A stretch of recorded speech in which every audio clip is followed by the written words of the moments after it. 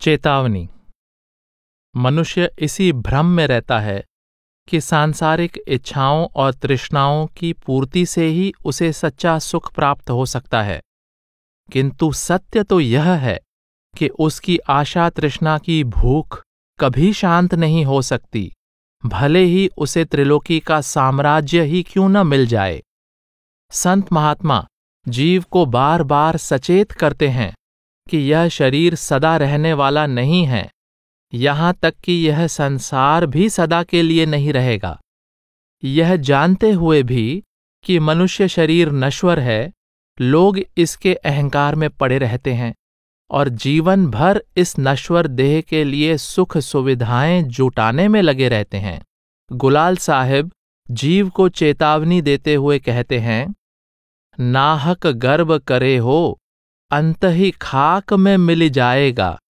दिनाचार्य को रंग कुसुम है, मैं करी दिन जाएगा। बालू कमंदिल डहत बार नहीं, फिर पाछे पछताएगा।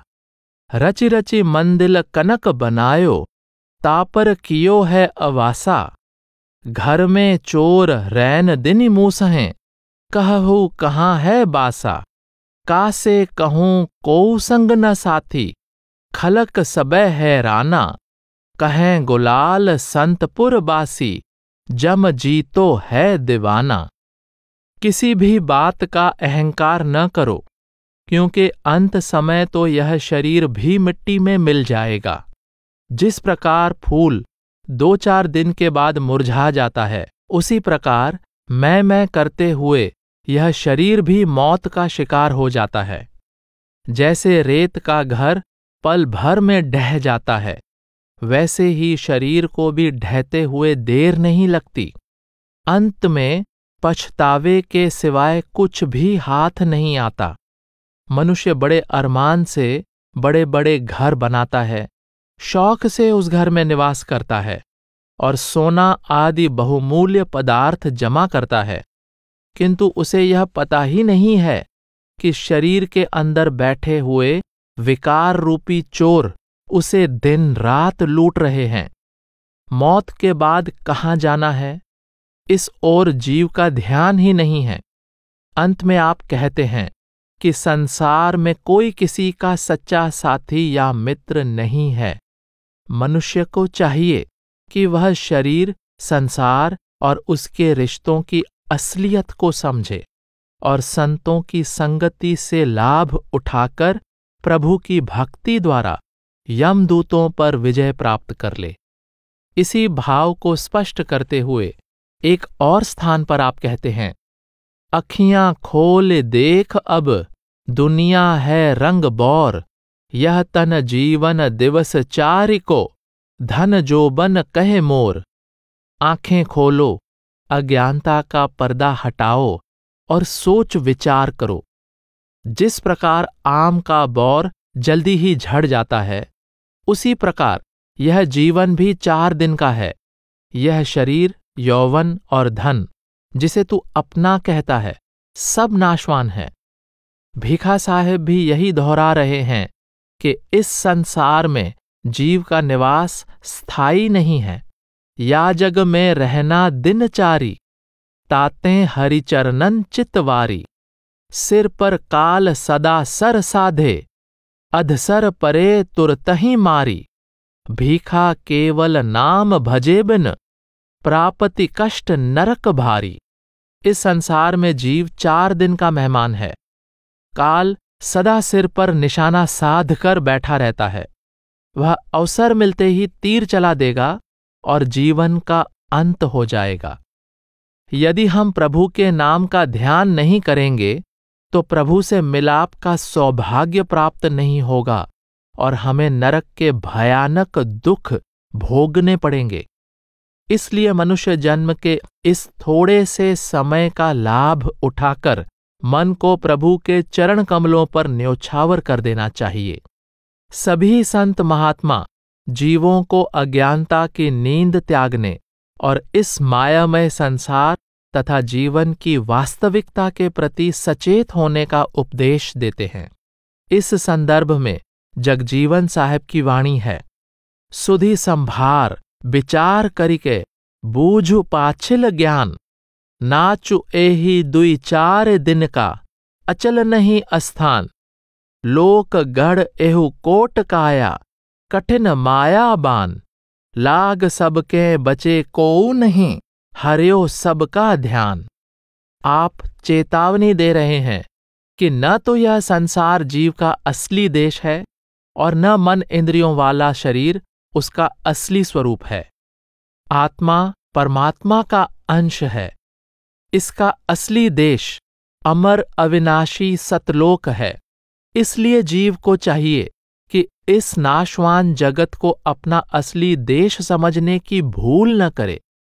यह संसार सदा रहने वाला नहीं है और मनुष्य जन्म भी 2-4 दिन का खेल है। जिस प्रकार नाटक की कोई असलियत नहीं होती, यह घंटे 2 घंटे के लिए मन बहलाने का साधन है, उसी प्रकार न संसार स्थायी है और न ही यह मनुष्य शरीर। बाहर से देखने में शरीर और संसार दोनों किले के समान मजबूत दिखाई देते हैं, परंतु माया बहुत बलवान है। यह सब पर निशाना साध लेती है। इसके बाणों की मार से कोई बच नहीं पाता। यह सबका ध्यान भटका देती है। परमार्थ के मार्ग में मनुष्य के लिए संसार का मोह सबसे बड़ी बाधा है। बुल्ला साहब हर प्रकार का सांसारिक मोह त्यागने का उपदेश देते हुए कहते हैं, काको माता पिता काको, काको सुत बित देह, जीवत ही का नात इनका, मोए काको केह। देह धरी के राम कृष्ण हूँ, जगत आन बड़ेह, पार ब्रह्म को सुमिरन करिके, ज्योतिहि ज्योत मिलेह। संसार के सब रिश्ते शरीर के कारण हैं, अन्यथा कौन किसके माता पिता हैं और कौन किसका पुत्र। मृत्यु के बाद तो किसी से कोई नाता ही नहीं रहता। धन संपत्ति और शरीर भी किसी का साथ नहीं देते हैं। अतः जीव को मनुष्य जन्म से लाभ उठाकर परमात्मा की भक्ति करके, उसके नाम का सुमिरन करके उसके साथ मिलाप का यत्न करना चाहिए। राम और कृष्ण जैसे महान अवतारों ने भी देह धारण करके पार ब्रह्म परमेश्वर की भक्ति द्वारा ही अपनी आत्मा को परमात्मा में अभेद किया। दूलन दास जी भी यही समझाते हैं कि हाथी घोड़े धन दौलत आदि को सत्य समझने के भ्रम में न पड़ो। इनमें से कोई भी वस्तु अंत समय काम नहीं आती। दुनिया दौलत काम न आई है, मत भूलहु गजबाजी रे। गुलाल साहब जीव को मन के प्रति सावधान करते हुए कहते हैं कि मन भी माया का ही कारिंदा है। मन का झुकाव सदा दुनिया के पदार्थों और विषय विकारों की तरफ रहता है। अधम मन जानत नाही राम, भरमत फिरै आठों जाम। अपनों कहा करत है सब ही, पावत पशु आराम। घुर बिनिया छोड़त नहीं कबहीं, होई भोर भा साम। उड़त रहत बिना पर जामे, त्यागी कनक ले ताम। नीक बसतु के निकट न लागे, भरत है झोरी खाम। आप कहते हैं कि मन बड़ा अधम है। यह परमात्मा को जानने का कभी यत्न ही नहीं करता और दिन रात 8 पहर दुनिया में ही भटकता रहता है। यह मूर्ख अपनी मनमानी करता है और उसी में प्रसन्न रहता है। सुबह हो या शाम मन मुर्गी के समान विकारों और सांसारिक भोगों की गंदगी पर ही चोंच मारता रहता है, यानी भोगों में ही लगा रहता है। चंचल मन पंखों के बिना ही उड़ता रहता है। यह नाम रूपी स्वर्ण को छोड़कर विषय विकार रूपी तांबे को महत्व देता है। नाम रूपी उत्तम पदार्थ छोड़कर निकृष्ट भोगों की तरफ दौड़ता रहता है। किंतु अंतर्मुख होने पर यही मन परमार्थ के मार्ग पर आगे बढ़ने में जीव का सबसे बड़ा सहायक भी सिद्ध होता है। जब हाथ इह मन आवे, तब दांव बंद पावे। अर्थात जब मन वश में आ जाता है, तब जीव इसके घातक प्रभाव से मुक्त हो जाता है। इसी भाव को और अधिक स्पष्ट करते हुए यारी साहब कहते हैं कि जो साधक 10 दिशाओं में फैले हुए बेकाबू मन को आंखों के मध्य एक बिंदु पर एकाग्र कर लेता है, वह जन्म मरण के चक्र से छूट जाता है। मेली 10 दिस इक मन करे, सो साधु कहु कैसे मरे। माया का प्रभाव इतना प्रबल है कि सब कुछ जानते हुए भी जीव इसके भ्रम जाल में फंसकर सांसारिक विषय भोगों में लिप्त रहता है। गोविंद साहब जीव को विषय भोगों की लालसा को त्यागने की प्रेरणा देते हुए कहते हैं, जन्म अनेक विवेक बिना मन, मूर्ख तू विषया रस साथी। दिन बीत गयो नहीं शांति भयो, अजहू तृष्णा न तज्यो अपराधी। अर्थात जीव ने मन के अधीन होकर विवेक से काम नहीं लिया और विषय भोगों में लिप्त रहकर अनेक जन्म व्यर्थ गंवा दिए। यह जन्म भी व्यर्थ जा रहा है। दिन बीतते जा रहे हैं और अभी तक मन को चैन नहीं मिला है। यह अपराधी मन अभी भी सांसारिक आशा तृष्णा को छोड़ नहीं पाया है। जीव की दुर्बलता यह है कि वह इस दृश्यमान जगत को ही सत्य समझ लेता है, क्योंकि उसे निराकार परमात्मा दिखाई नहीं देता है। इसी कारण जीव परमात्मा से प्रेम करने के बजाय बेटे बेटियों, संबंधियों, धन दौलत, दुनिया की मान बढ़ाई आदि के मोह जाल में उलझा रहता है। जगत के मोह के कारण वह अनेक प्रकार के कर्म करता है जो उसे आवागमन के चक्र में फंसा कर रखते हैं। यारी साहब जीव को जगत की नश्वरता का एहसास कराते हैं। वे उसे प्रभु की भक्ति द्वारा कर्मों के दुखदायी जाल को तोड़कर प्रभु से मिलाप करने की प्रेरणा देते हैं। आँखी सेती जो देखिए, सो तो आलम फानी है। कानों सेती जो सुनिए रे, सो तो जैसे कहानी है। इस बोलते को उलटी देखे, सोई आरिफ सोई ज्ञानी है। यारी कहे यह बूझी देखा, और सबे नादानी है। संसार में जो कुछ आंखों से दिखाई देता है, सब नश्वर है। यहां न तो सदा के लिए कुछ कायम रहा है, न रह सकता है। यहां जो भी सुनाई दे रहा है, वह तो केवल कहानी की तरह है, जिसकी कोई असलियत नहीं है। जो व्यक्ति अपना ध्यान नश्वर जगत से निकालकर अंतर में स्थिर कर लेता है, उसे सत्य का ज्ञान हो जाता है। उस सच्चे आंतरिक ज्ञान के बिना बाकी सब नासमझी और अज्ञानता है। आप सचेत करते हैं कि यह जीवन मिथ्या है और यह शरीर भी मिथ्या है।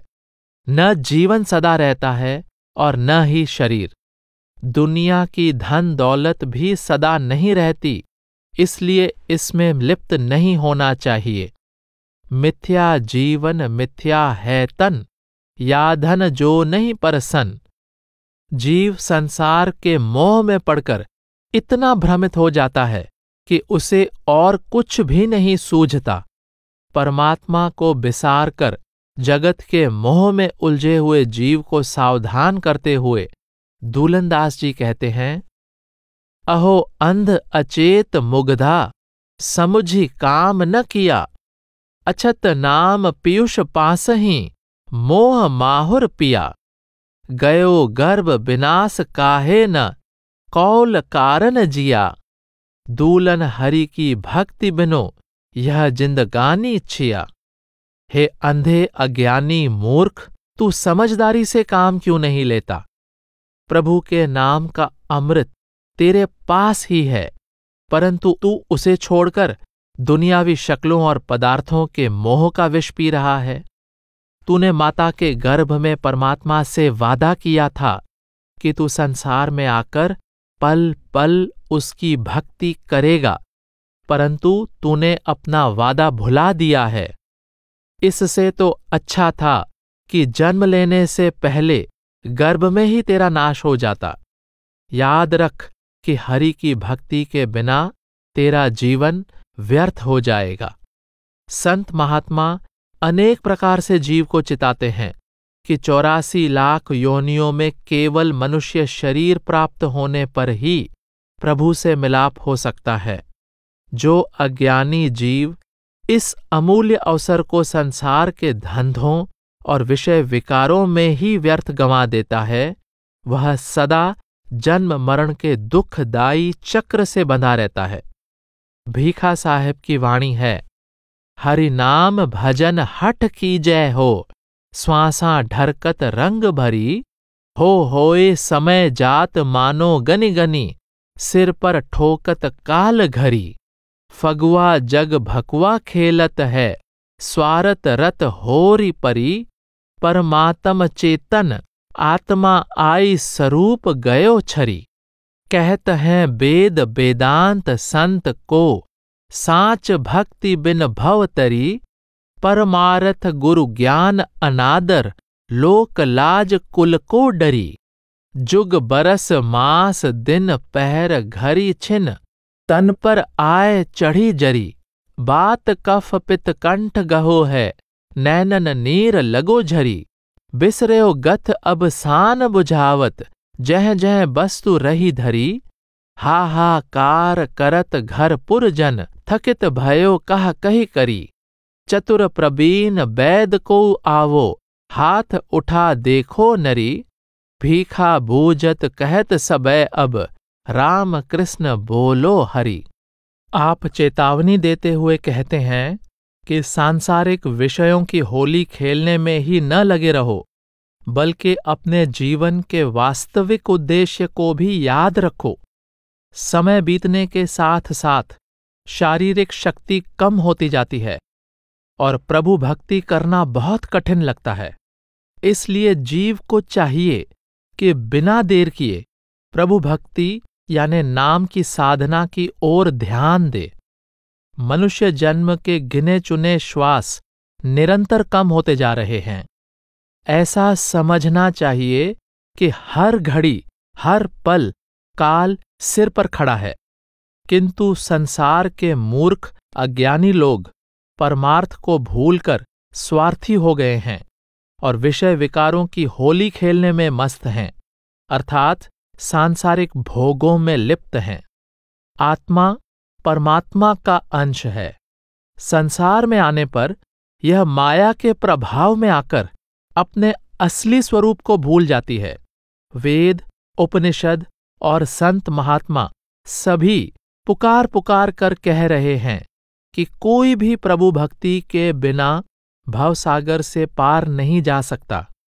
किंतु बड़े दुख की बात है कि अज्ञानी जीव लोकलाज और कुल की मर्यादा के भय से सतगुरु के उपदेश पर अमल नहीं करता। वह परमार्थ की ओर कोई ध्यान ही नहीं देता। जैसे जैसे जीवन के साल, महीने, दिन और पहर बीतते जाते हैं, उम्र बढ़ने से शरीर पर वृद्धावस्था का प्रभाव स्पष्ट दिखाई देता है। जीव वात, पित्त और कफ द्वारा उत्पन्न हुए अनेक रोगों का शिकार हो जाता है। उसे सांस लेना भी कठिन हो जाता है, गला रूंध जाता है और आंखों से पानी बहता रहता है। वह अपनी पूंजी भी भूल जाता है, केवल संकेत द्वारा समझाता है कि कौन सी वस्तु कहाँ पर रखी हुई है। घर के सभी सदस्य हाहाकार करते हैं, हाय तौबा मचाते हैं कि अब क्या किया जाए। वे चाहते हैं कि कोई निपुण अनुभवी वैद्य आकर रोग की नाड़ी देखकर कुछ उपचार करे। उसकी दशा से सबको उसकी मृत्यु का आभास हो जाता है। सभी उससे कहते हैं कि अब तुम बस राम, कृष्ण या हरि का नाम लो। भीखा साहब यह समझा रहे हैं कि बुढ़ापा आने से पहले ही प्रभु भक्ति द्वारा प्रभु से मिलाप का कार्य पूरा कर लेना चाहिए। जगजीवन साहब ने भी अपनी वाणी में स्पष्ट कहा है, तीनियु पनगे नाम बिहूने, अंत बूढ़ी बिनु पानी, कैसे हु नहीं मुग्ध नर चेतत, कहे शब्द यह बानी। जगजीवन बचि है पैसोई, चित्त चरण ठहरानी। जीव अपने जीवन के 3 पड़ाव, बचपन, जवानी और बुढ़ापा, नाम के अभ्यास के बिना ही गंवा लेता है और अंत में पानी के बिना ही डूब जाता है, अर्थात जीवन व्यर्थ चला जाता है। माया से मोहित हुए मनुष्य को संत महात्मा कितना भी उपदेश क्यों न दें, उनकी वाणी और उनके शब्दों का उस पर कोई प्रभाव नहीं होता। केवल वे भाग्यशाली जीव ही भवसागर में डूबने से बच सकते हैं जिनकी लिव प्रभु के चरणों से जुड़ी रहती है। संसार के सभी पदार्थ तथा संबंध सारहीन हैं। इस सत्य की ओर संकेत करते हुए गुलाल साहब मनुष्य जन्म को सार्थक करने का उपदेश देते हैं। मनुष्य जन्म की तुलना बसंत ऋतु से करते हुए आप कहते हैं, चेतहूं क्यों नहीं नर हरि बसंत, दिन 10 बीते काल अंत। धावत धूपत मन को फेर, करत कुमति नहीं सुमति हेर। ठौर ठौर फिरते दिन जाए, भटकी भटकी भ्रम गोता खाए। ऐसे समय न पैहो दाव, छोड़ो सब कछु लोक चाव। माया ठगनी ठगो ठगाए, मृग तृष्णा लालच लोभाए। साध संगति निज इह भेव, त्यागहु सबे जगत के देव। कह गुलाल यह गति बुझाए, फिर पछितैहो काल खाए। हे जीव, तुझे बसंत के समान सुहावना मनुष्य जन्म थोड़े समय के लिए प्राप्त हुआ है। पता नहीं काल कब जीवन का अंत कर दे। अतः तू सावधान होकर प्रभु भक्ति की ओर ध्यान दे। चारों तरफ भटकते रहना मन का स्वभाव है। यह सदा दुर्मति का शिकार रहता है, कभी भी सूझबूझ और समझदारी से काम नहीं लेता। तू मन के पीछे लगकर अपना जीवन बर्बाद करता जा रहा है। इस प्रकार तू व्यर्थ भटकता हुआ भवसागर में ही गोते खाता रहेगा। दुनिया के चाव रंग तमाशे छोड़कर जीवन के मूल उद्देश्य की पूर्ति की ओर ध्यान दे। कौन जाने मनुष्य जन्म का यह सुनहरा अवसर फिर मिले ना मिले। यह ठगनी माया जीव को वैसे ही ठगती है जैसे प्यासे हिरन को धूप में चमकती हुई रेत पानी प्रतीत होती है। वह प्यास के मारे उसकी तरफ दौड़ता है। वह जैसे जैसे आगे दौड़ता जाता है, पानी और अधिक दूर प्रतीत होता है। पानी के लिए दौड़ता हुआ हिरन प्यास से बेहाल होकर अपनी जान गंवा देता है। यही हाल जीव का भी है। वह सांसारिक भोगों को सच्चे सुख का साधन समझकर अपने दुखों में बढ़ोतरी कर रहा है। उसे चाहिए कि दुनिया के सब इष्ट देवों की ओर से ध्यान हटाकर केवल संतों की संगति में रहकर प्रभु की भक्ति करे। अगर समय रहते भक्ति द्वारा प्रभु से मिलाप करके जन्म मरण के चक्र से मुक्ति प्राप्त नहीं की तो जीव काल का शिकार हो जाएगा और सदा 84 के चक्र में ही फंसा रहेगा। जन्म जन्मांतर से अज्ञानता की नींद में सोए हुए जीव को सचेत करते हुए गोविंद साहब कहते हैं, पीर मुरीद गुरु और चेला, परे रहे सब कर्म के घेरा। आवा है सो सब चली जावे, का राजा का रंक घनेरा। आज चले कोई कल है चलेगा, यम के दूत लुटल सब डेरा।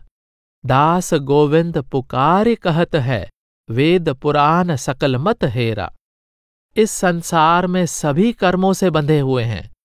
गुरु चेला, पीर और मुरीद सभी कर्मों के अधीन हैं। कर्मों का विधान अत्यंत जटिल है। इससे कोई नहीं बच सकता, चाहे कोई राजा हो या रंक। जिसने भी यहां जन्म लिया है उसे एक दिन यह शरीर छोड़कर अवश्य जाना पड़ता है। आप सचेत करते हैं कि मैंने वेद पुराण और सभी मत मतांतरों को अच्छी तरह से परख लिया है। सत्य तो यह है कि यह जगत चलाचली का मेला है। कोई आज जा रहा है तो कोई कल चला जाएगा। यमदूत बारी बारी से प्रत्येक शरीर रूपी घर को लूट लेते हैं। जगजीवन साहब ने भी इसी तथ्य को उजागर किया है कि मनुष्य के अपने कर्म ही उसे संसार के साथ बांधे रखते हैं और ये कर्म ही उसके सुख दुख का कारण है। आपकी वाणी है, कोऊ काहू ही दोष न देई, जो कर्तव्य अहे आपुनि मां, सो तैसे ही फल लेई। जो दुख दे दुख सो पावे, सुख दे सुख ते ही होई। हाजिर राम अहें सब हिन मह, गर्भ न भूले कोई। रावण ऐसे छत्री हुएगे, ते ही सम भयो न कोई। इन जब बैर कीन भक्तन ते, डार्यो छिन मह खोई। लंका कनक सो खेह उड़ानी, जैसे मैल गधाई। पुत्र लाख सवा लख नाती, तिनके रहा न कोई। नर के तानि कवन गिनती में, कहत शब्द सत सोई। जग जीवन अंतर में सुमिरहूं, सूरति बिलग न होई। यह संसार कर्म भूमि है। अपनी किस्मत के लिए कोई किसी दूसरे को दोष नहीं दे सकता। मनुष्य जैसे कर्म करता है उसको वैसा ही फल मिलता है। जो दूसरों को दुख देता है वह दुख का, और जो सुख देता है वह सुख का अधिकारी बन जाता है। हमें अहंकार के वश में होकर इस बात को कभी नहीं भूलना चाहिए कि सर्वव्यापक प्रभु सबके अंदर बैठा है और सबके अच्छे बुरे कर्मों को देख रहा है। आप रावण का उदाहरण देकर समझाते हैं कि वह ऐसा महाबली था जिसकी बराबरी कोई नहीं कर सकता था, परंतु अहंकार के कारण जब उसने प्रभु के भक्तों से शत्रुता की तो पल भर में उसका नाश हो गया। उसकी सोने की लंका मिट्टी में मिल गई। सोने की लंका की धूल उसी प्रकार उड़ने लगी जिस प्रकार गधे पर लदी रेत हवा से चारों तरफ उड़ती है। कहा जाता है कि रावण के 1,00,000 पुत्र और 1,25,00,000 नाती पोते थे, परंतु वे सब मृत्यु को प्राप्त हो गए। जगजीवन साहब कहते हैं कि जब ऐसा महाबली भी अपने कर्मों के फल से न बच पाया तो साधारण मनुष्य की क्या बिसात है। कर्मों के जाल से छुटकारा पाने का एकमात्र साधन प्रभु का नाम है। इसलिए जीव को चाहिए कि ध्यान को अंतर्मुख करके लिव सदा प्रभु के चरणों से जोड़कर रखे और सुरत को प्रभु के सुंदर स्वरूप से अलग न होने दे। माया के प्रभाव से मन और इंद्रियों के वश में हुआ जीव अनेक प्रकार के कर्मों का बोझ इकट्ठा कर लेता है। कर्मों की मैल से मलिन हुए जीव को जब तक अपनी अधोगति का एहसास नहीं होता वह असलियत को नहीं समझ पाता है। दूलनदास जी अपनी वाणी में जीवों को बार बार सावधान करते हैं। जाग जाग आत्मा, पुरान दाग धोऊ रे। कर्म भरम दूर करू, कीच काम खोऊ रे। अपनी सुधि भूल गई, और की क्या टोऊ रे। सत्य बात झूठ करे, झूठ ही को गोऊ रे। यह बात जाने जाने, द्वार द्वार रोऊ रे। 70 पानी साबुन का, प्रेम पानी मोऊ रे। लाग दाग धोए डारू, वाह वाह होऊ रे। दूलन बेकूफ काम, गाफिल हुए न सोऊ रे। हे जीव, तू अज्ञानता की नींद से जागकर अपने पूर्व जन्मों के कर्मों के दाग धो डाल। तू ऐसे कर्म न कर जो कीचड़ की तरह मन को मलिन कर देते हैं। कर्म और कर्म फल के बंधन से मुक्त होकर तू मायामय जगत के भ्रम जाल को तोड़ दे। तूने तो अपने मूल स्वरूप को ही भुला दिया है, फिर तू व्यर्थ में दूसरों की परख करने में क्यों लगा रहता है। तेरी हालत ऐसी हो चुकी है कि तुझे सत्य भी असत्य प्रतीत होता है। तूने तो झूठ को ही दृढ़ता से पकड़ रखा है। यह भली भांति समझ ले कि 70 बार साबुन और पानी से धोने पर भी जो मैल छूट नहीं सकती, पापों की वह मैल प्रेम के निर्मल जल से छूट जाती है। यदि तू इस बात को मन में बिठा लेगा तो फिर तुझे दुखी होकर दर दर नहीं भटकना पड़ेगा। जब तू प्रभु और उसके नाम के प्रति प्रेम द्वारा कर्मों की मैल को धो लेगा तो तेरी प्रशंसा होने लगेगी। तू मूर्खतापूर्ण कार्यों में फंसकर अचेत न रह, बल्कि प्रभु भक्ति द्वारा अपने कर्मों की मैल को साफ कर ले। इस संसार में कर्म करता हुआ जीव पाप और पुण्य में ही फंसा रहता है। जीव की ऐसी दयनीय दशा का वर्णन करते हुए भीखा साहब कहते हैं, पाप और पुण्य नर झुलत हिंडोलना, ऊंच अरु नीच सब देहधारी, 5 अरु 3 25 के बस परो, राम को नाम सहजे बिसारी। महाकवलेस दुखवार अरु पार नहीं, मारे जम दूत दें त्रास भारी। मन तोहें धिरकार है तो ही, धृग बिना हरि भजन जीवत भिखारी।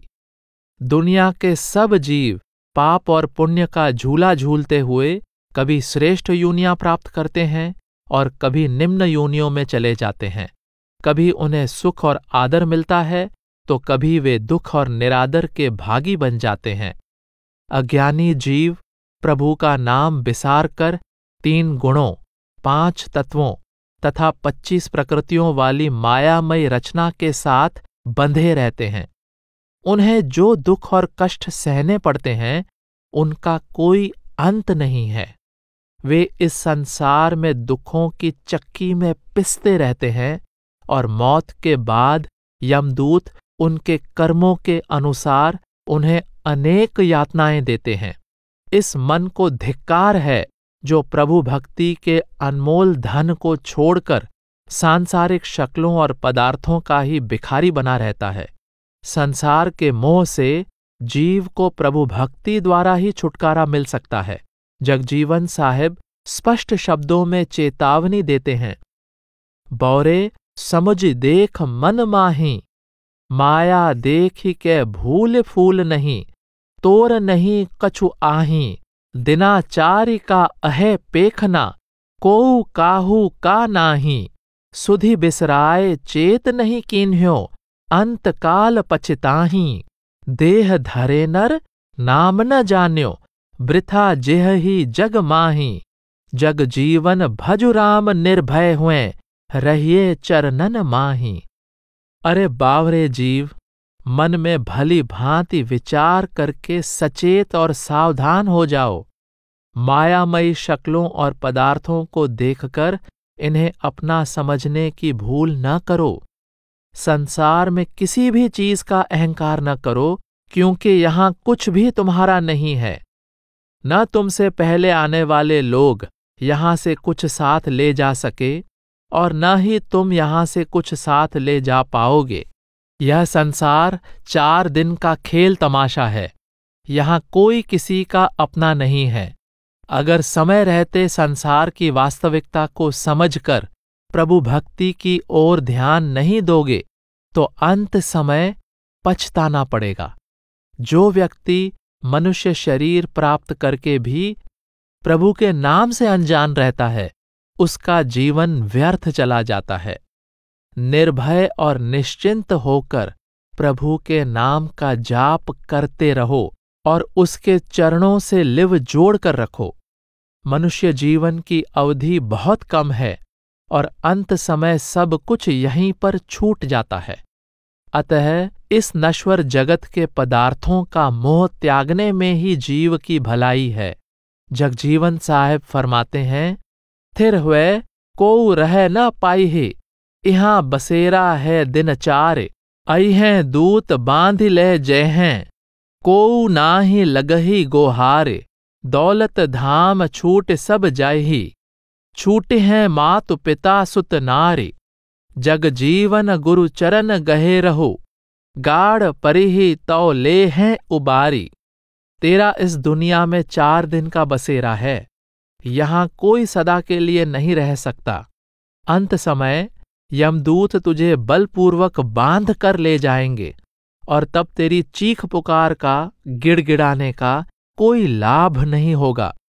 धन दौलत, हाट हवेली, माता पिता, पुत्र स्त्री आदि सब पीछे छूट जाएंगे, कोई भी साथ नहीं जाएगा। इसलिए सदा दृढ़ होकर सतगुरु की चरण शरण में रह। केवल वे ही तुझे संसार की दलदल से बाहर निकाल सकते हैं। परमात्मा की प्रेम पूर्ण भक्ति ही जीव के उद्धार का आधार है।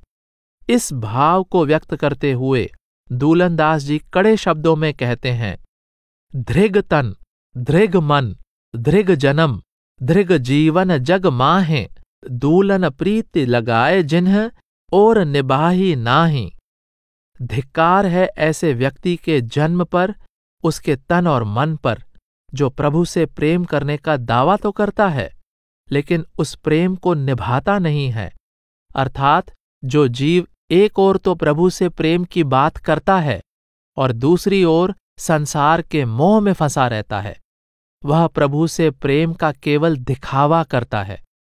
मनुष्य जब संसार की असलियत को पहचान जाता है तब वह अपनी दीनहीन दशा को भी जान जाता है और रक्षा के लिए प्रभु से विनती करता है।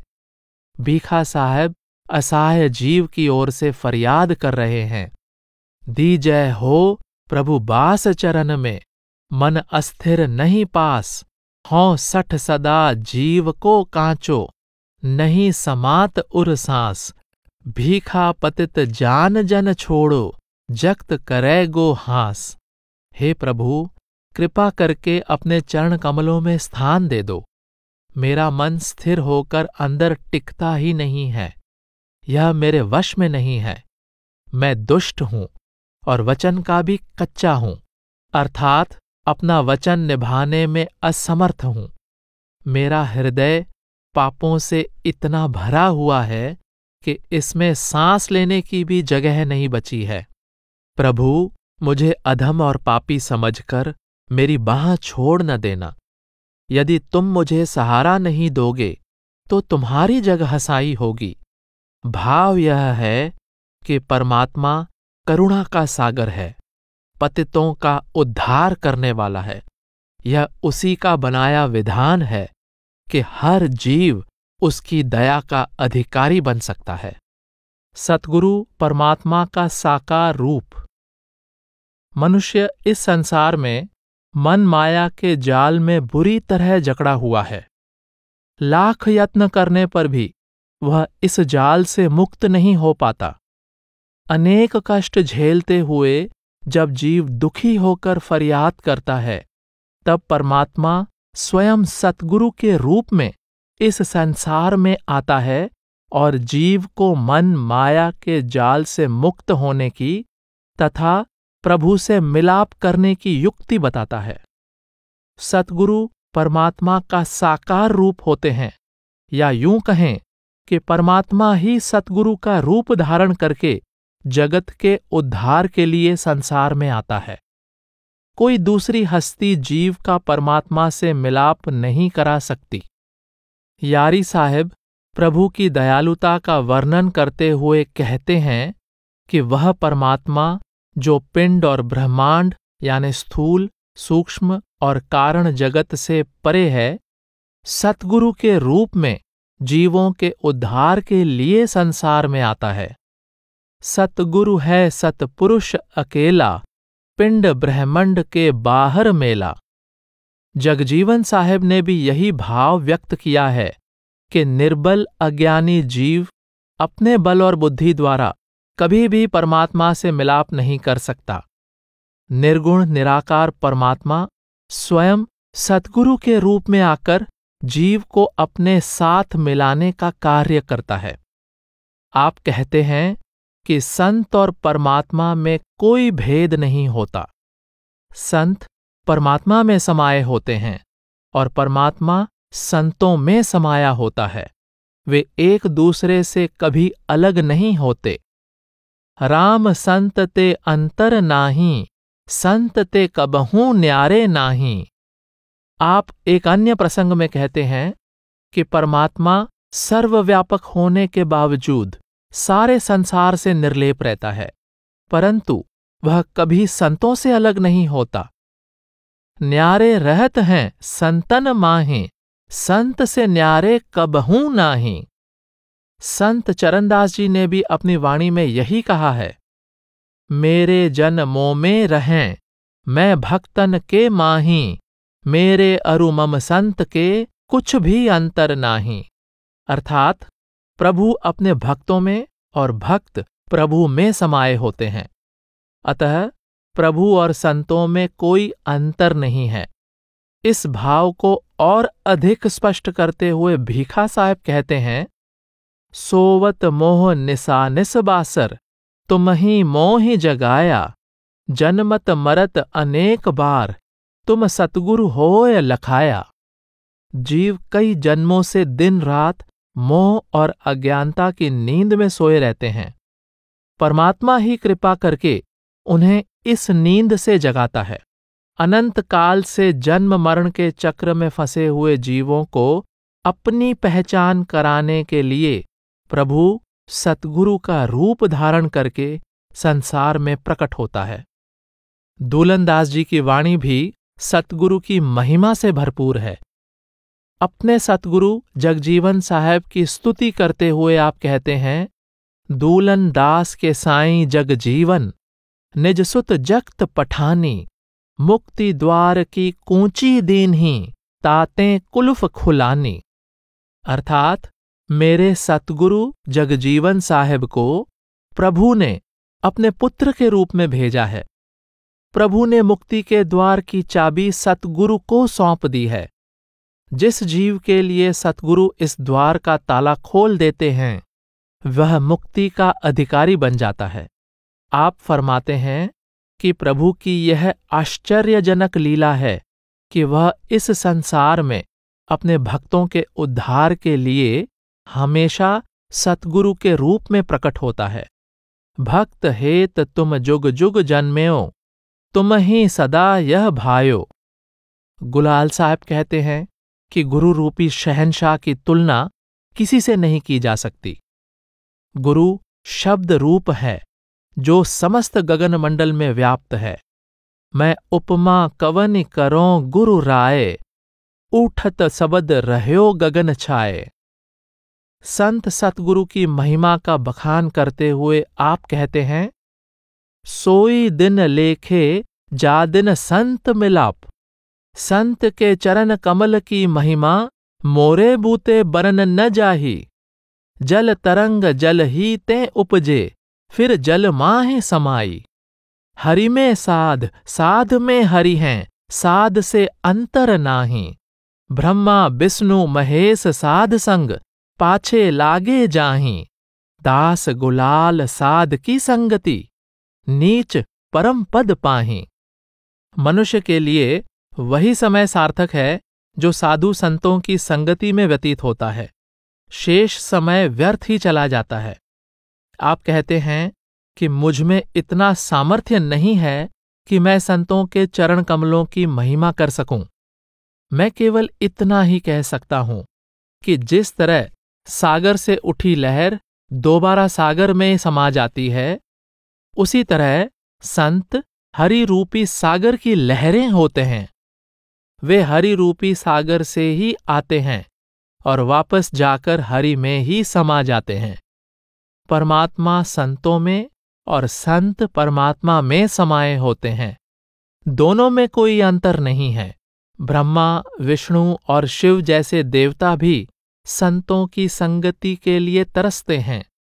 संतों की संगति द्वारा पापी भी परम पद का अधिकारी बन जाता है। भीखा साहब ने भी इसी तथ्य को उजागर किया है कि निराकार परमात्मा संतों के साकार रूप में प्रकट होता है। दोनों में कोई भेद नहीं है। प्रभु में संत, संत में प्रभु है, या में फार न फेरा। आपने बार बार इस बात पर बल दिया है कि वही सच्चा संत है जो परमात्मा के साथ एक हो चुका है। सो है फाजिल संत महरमी, पूरन ब्रह्म समावे। एकै सोन बहुत विधि गहना, समुझे द्वैत नसावे। ताकि सरन साँच हुए जानहे, अजर अमर जन सोई। कह बीखा वह जागृत जोगी, सहज समाधि लगावे। अर्थात वही सच्चा ज्ञानी और सत्य का भेदी संत है जो पूर्ण ब्रह्म यानी ब्रह्मा यानी परमात्मा में समाकर उसका रूप हो चुका है। जिस प्रकार सोने की एक ही धातु से अनेक प्रकार के आभूषण बनाए जाते हैं, उसी प्रकार पूर्ण ज्ञानी हर जगह और हर जीव में केवल प्रभु को ही देखता है और अपने अंदर के द्वैत भाव का नाश कर देता है। जिस भाग्यशाली को ऐसे पूर्ण ज्ञानी संत की शरण प्राप्त हो जाती है, वह जन्म मरण के चक्र से मुक्त होकर अमर पद का अधिकारी बन जाता है। इस प्रकार जो योगी सहज समाधि द्वारा पूर्ण अद्वैत की अवस्था प्राप्त कर लेता है, उसे हर जीव में वही निराकार प्रभु दिखाई देता है। दूलनदास जी उपदेश देते हैं कि वास्तव में परमात्मा का साकार रूप सतगुरु ही जीव के प्रेम और भक्ति का आधार है। गुरु ब्रह्म गुरु विष्णु हैं, गुरु शंकर गुरु साध। दूलन गुरु गोविंद भजु, गुरुमत अगम अगाध। ब्रह्मा विष्णु तापर ढुरें, ढुरो भवानी ईस। दूलन दास दयाल गुरु, हाथ दीन जेहि सीस। गुरु ही ब्रह्मा विष्णु और शिव हैं, अर्थात इन सभी देवों की शक्तियां गुरु में समाहित हैं। गुरु ही सच्चे महात्मा हैं। प्रभु रूप सतगुरु की भक्ति में लगे रहो, जिनका उपदेश अगम और अथाह है। जिसके सिर पर सतगुरु अपनी दया मेहर का हाथ रख देते हैं, ब्रह्मा विष्णु शिव और पार्वती भी उसके आगे नतमस्तक होते हैं। कहने का अभिप्राय यह है कि गुरु का स्थान सर्वोपरि है। सतगुरु सांसारिक बंधनों से मुक्त होते हैं। उनका संसार में आने का उद्देश्य केवल जीवों को चिताना और उन्हें मुक्ति के मार्ग पर लाना होता है। इसी संदर्भ में गोविंद साहब की वाणी है, जोगिया मुक्ति लिए डोले, का साकट नगर मझारे। काहे की तेरी गुदरी जोगी, काहे के धागा लागी। 5-25 संग जोगिया कछु, हमहू के जोग सिखाओ। जय गोविंद सोई जोगिया जेहि, देखि काल डेराव। इस शब्द में गोविंद साहिब ने अपने सतगुरु को जोगिया कहकर संबोधित किया है। सतगुरु रूपी सच्चा योगी मनमुखों के नगर यानी संसार में मुक्ति बांटता है। शरीर को गुदड़ी यानी गुदरी कहकर आपने समझाया है कि योगी ने 5 तत्व की गुदड़ी पहनी हुई है, जिसे 25 प्रकृतियों के धागे से सिला गया है। परंतु यह योगी 5-25 के इन बंधनों से मुक्त है।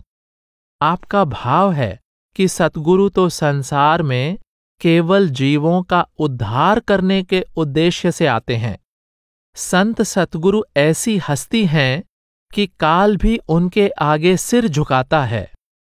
गोविंद साहिब सतगुरु से विनती करते हैं कि आप हमें भी ऐसा योग सिखा दें जिससे शरीर में रहते हुए ही हमारी लिव उस प्रभु के साथ जुड़ सके।